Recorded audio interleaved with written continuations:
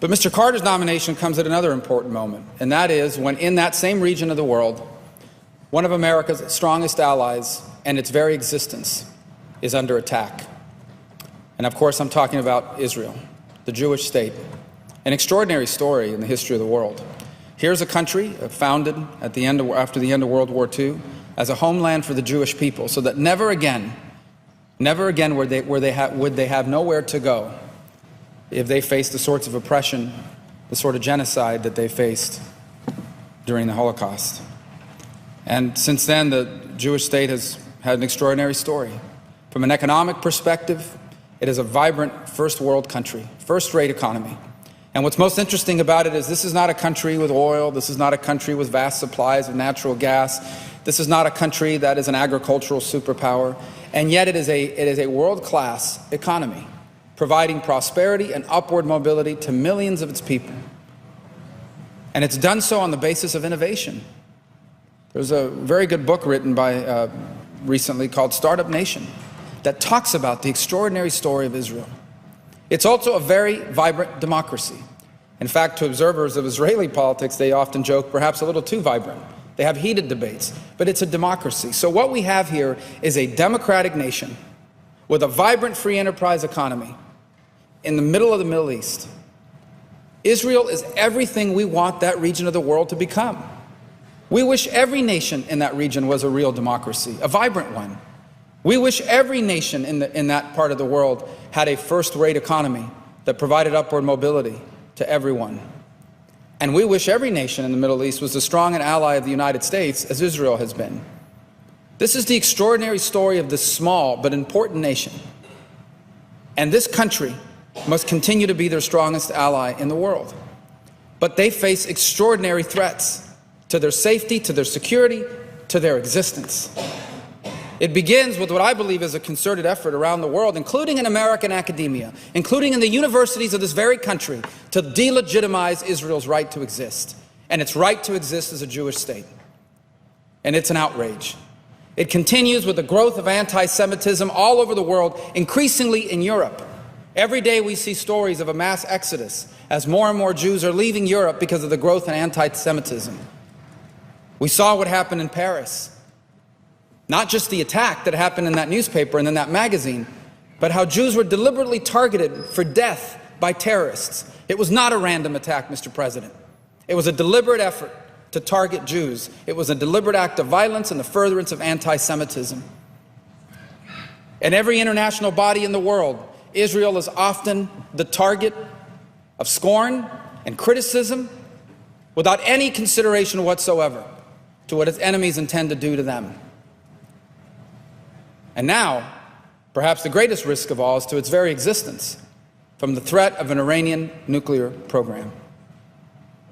Now, like everybody else, I wish that I woke up tomorrow morning to the news that the Ayatollah had come to a senses and realized that Iran cannot continue down its path. They'd given up their nuclear weapon ambition. They'd given up sponsoring terrorism all over the world. They'd given up their anti-Israeli, anti-Semitic rhetoric. They'd given up oppressing their own people. But I know that's not going to happen, because Iran is not governed by a normal leader, the way you and I would consider a leader of a nation. Iran is governed by a radical Shia cleric. A radical Shia cleric that does not believe that he is the head of Iran. He believes he is the head of all Islam everywhere in the world. Iran is where he lives. Iran is where he is based. But Iran is not what he believes is his domain. He believes every Muslim on the planet, under the sun, is under his control and under his leadership. But here's the scariest thing he believes. He believes that it is his job to trigger an apocalyptic showdown between the Muslim and non-Muslim world, because that will bring about the emergence of the 13th Imam, the hidden Imam, the Mahdi as they call it, who will then come and govern the entire world under the flag of Islam, his version of radical Islam. Now you may say that stuff sounds a little far-fetched. That is what he believes. That is what he passionately and legitimately believes. So when you have someone who wants to trigger an apocalyptic showdown between the Muslim and non-Muslim world, when you have someone who says they want to destroy the state of Israel, wipe it off the face of the earth, and that person is trying to acquire a nuclear weapons capability, you better be very concerned, and you better conclude that that is an unacceptable risk for us to take. But it's particularly scary for Israel, because they are closer to Iran than we are. They are in their crosshairs, both verbally and militarily. Now, the administration would have us believe that we're in the midst of this negotiation that hopefully will delay the Iranian nuclear program or extend the amount of time that they would need to break out. Let me break it to everyone. They're not going to break out. They're going to sneak out. They will concoct some sort of excuse at some point in the future as to why they need a nuclear program, nuclear weapons program. Let me begin by saying Iran is an oil-rich nation. They have no need for civilian nuclear power, but if they want one, they can have it like most of the other countries in the world do, by importing enriched uranium or reprocessed plutonium and using that for their reactors for peaceful purposes. But instead, they insist on the ability to enrich and reprocess. And there's only one reason why you would insist on that, is because you want the infrastructure necessary to one day build a weapon when you decide you need it. But don't take my word for it. That is not the only thing that they are doing. There are two other aspects of their program that aren't even being discussed. The first is they continue to develop long-range rockets. Now, why do you need intercontinental missiles? Why do you need long-range rockets? You don't need them for conventional purposes. You don't put a conventional warhead. You don't spend all the time and energy and money that it takes to build that capacity to bomb someone with a conventional weapon. There's only one reason why you build long-range rockets such as those, and that's to put a nuclear warhead on them. That's not being discussed in these negotiations, and they continue to make unabated progress towards their long-range rocket capabilities. And the other is a weapon design. The three things you need for a nuclear weapon program: a weapon design, the long-range rockets, and the ability to enrich and reprocess. They're already building the rockets. The weapon design you can literally buy from dozens of people around the world who will sell it to you. And the reprocessing, even under the deal the president is asking for, if it went down exactly the way the president is asking for it, they would still keep all the infrastructure, all the things that it takes to enrich to weapons grade. They would have all the equipment, all the scientists, all of the infrastructure. And here's one more point. Iran has always had a secret component to their nuclear program. Always have had some secret component to their program. And I would venture to guess that right now they have a secret component to their program as well that we do not know about. So that's why I have little hope in this deal. But that's why Prime Minister Netanyahu is so concerned about the deal. You see, he doesn't have the luxury of living in illusion. He doesn't have the luxury of pretending that somehow we can work this out as if somehow we're negotiating with Luxembourg here or Belgium. He knows the neighborhood he lives in, and he knows his enemy. He knows their true nature. He knows their true intentions. And it is his obligation not just to protect his people, but to fight for that nation's very existence. So he has chosen to come before the Congress at the invitation of the Speaker. And I am glad that he has accepted that invitation. And I think we owe him the courtesy to hear what he has to say. I want you to go back and look at the United Nations roll call votes. Time and again, when the interests of this country are being challenged around the world, I want you to see how many times Israel is one of the few, and often one of the only countries, that votes with the United States of America in that international forum.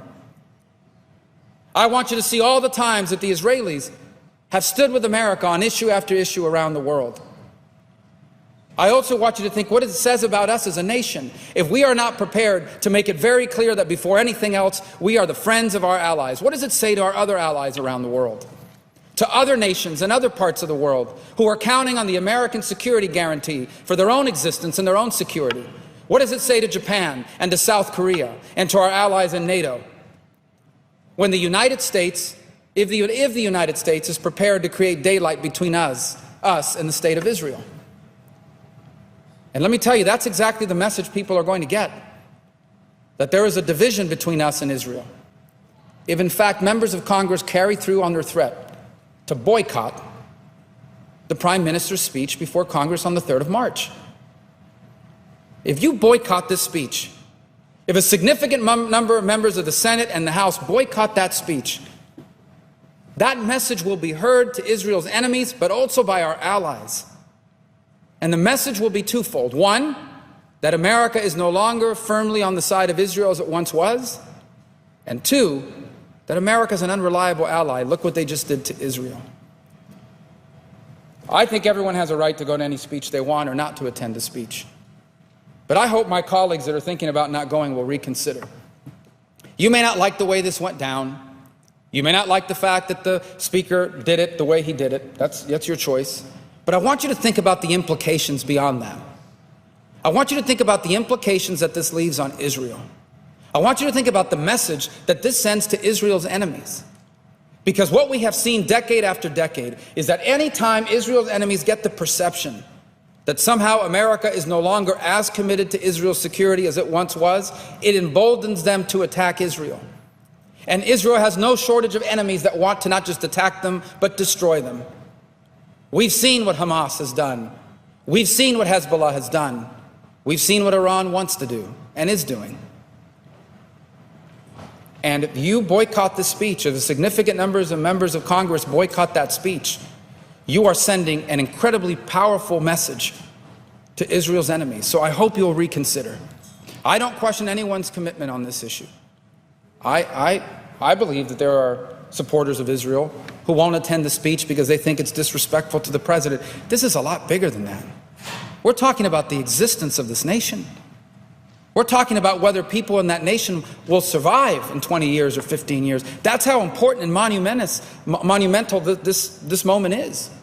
Now, I'm not claiming that by you not attending the speech, somehow that's going to lead to Israel's destruction. I am claiming that if you boycott the speech, you're sending a message to Israel's enemies that could embolden them. And I hope they'll reconsider that position. I find it, quite frankly, outrageous that reports are that the White House has asked members of Congress to boycott the speech. I find it outrageous that the Vice President of the United States, has decided to boycott that speech. I find it outrageous, for example, that on the one hand, we are more than glad to send administration officials at the highest levels to sit down and meet repeatedly with the highest ranking officials that Iran will send. But our strongest allies, Prime Minister's coming to Washington and they won't even meet with him? One of our strongest allies, Prime Minister, wants to speak before the Congress and they won't even attend the speech? What do you think the headlines are going to be read as in Iran by the terrorists in Gaza, by the terrorists in Judea and Samaria, by the terrorists in all parts of the world, like in Lebanon, who want to destroy Israel? What do you think they're going to read into that? What they're going to read into it, unfortunately, is that somehow the Congress's commitment to the future security of Israel is not as strong as it once was. And I fear what the implications of that will be. And we should not take this lightly. I can think of no nation on earth that needs our help more right now than Israel. And I can think of no people on earth that deserve our support more than theirs. As I said earlier, they are a reliable, strong, committed ally of this nation. We have strong links to them on a personal, cultural, political, and economic level. They have stood by us time and again in international forums when America's interests have been challenged. They are everything we want the Middle East to look like in the future: free, prosperous, democratic, aligned with America, peace-loving, desirous of a better future.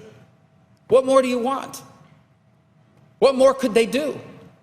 What else could they be for us to be any stronger an ally of theirs than we should be or are right now? And yet, there are people that are talking about boycotting the speech, to protest, because their feelings are hurt, because they're upset about the way it went down, because they don't like the way it was scheduled, because it's disrespectful to the president. You have the right to voice your concerns, but don't do this to an ally. Don't do this to a nation that is as threatened today as it has ever been at any time in its existence. Don't do this to a people that are in the crosshairs of multiple terrorist groups with the capability of attacking them. Don't do this to a nation whose civilians are terrorized by thousands of rockets launched against them at a moment's notice. Don't do this to a country that's facing down the threat of a nuclear weapon annihilating them off the face of the earth. Don't do this to a people that are being stigmatized all over the world, even as we speak, who are being oppressed. Don't do this to a country that in forum after forum has become the subject of delegitimization as people argue that somehow Israel's right to exist is not real. Don't do this to them. I hope my colleagues will reconsider their decision to not attend. This is an important speech. And I hope that the Prime Minister, it's his choice, obviously. He must always act in the best interest of his nation and his people. But I hope he will speak to us on the 3rd of March.